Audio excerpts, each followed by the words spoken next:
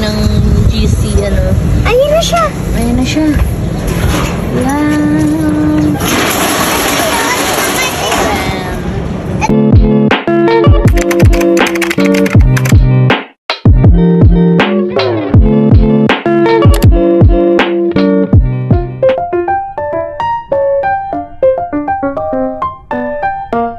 Ayan guys, good morning. Welcome to our YouTube channel. And today is Sunday.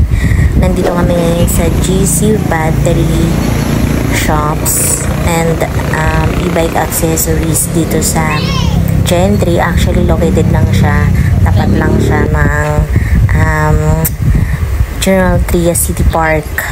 So, malapit lang. So, accessible. Magpapapalit kasi kami ng baterya ng e-bike namin dahil sobrang mabadali na siyang malobat. And sa Monday kasi magpapapasukan na.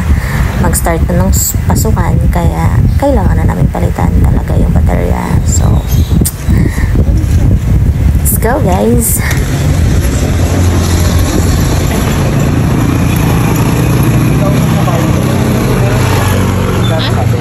Ano mama yung ano natin? Yung impact.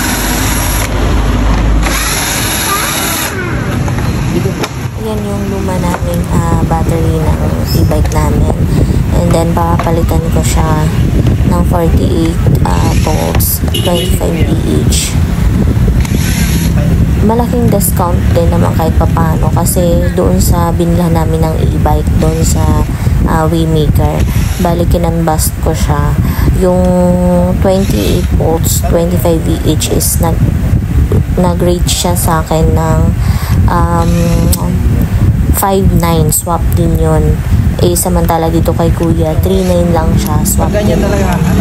So, syempre, naghanap tayo ng mura. Kaya dito naman, dito tayo napunta. Ilan taon lang tinatagal yan? 1 to 2 years lang po. Ganun lang po lifespan talaga. Set ka lahat yung pinakamataas, no? Yung iba po lumalampas pa ng 2 years. Pwede po ang pinagamit po. Sa atin naman, hindi natin nasunod yung ano. Ay! Ba yan? Charge.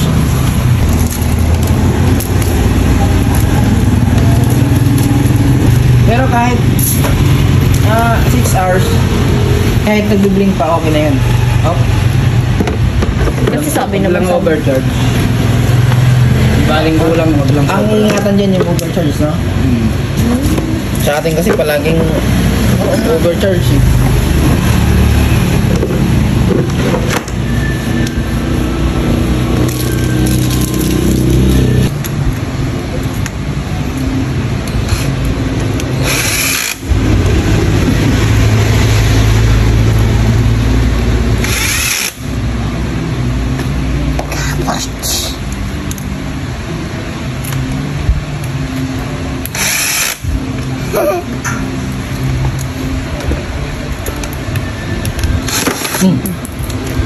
Hit mo ako.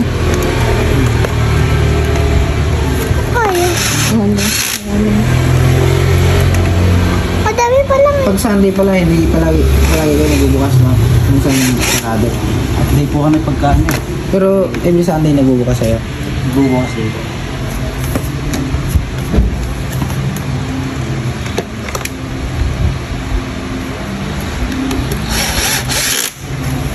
Ang mahal kasi din sa ano, yung kung saan kami bumili ng ano, ng e-bike. Mahal ko talaga din.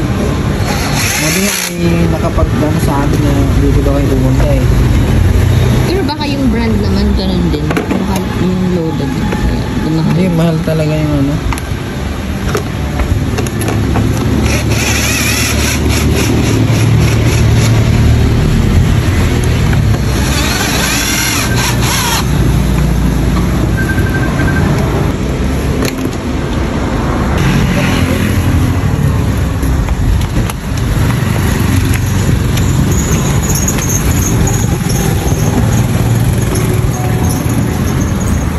So, ayan na, install na ni Kuya yung baterya mismo dun sa e-bike.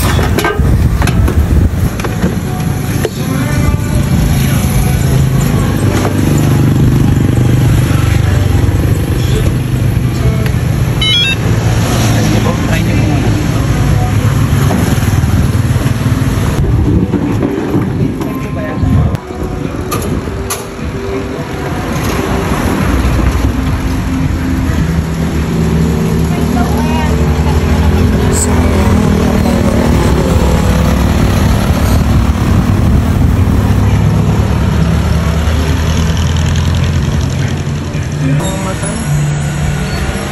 Okay. Isa lang po, isa.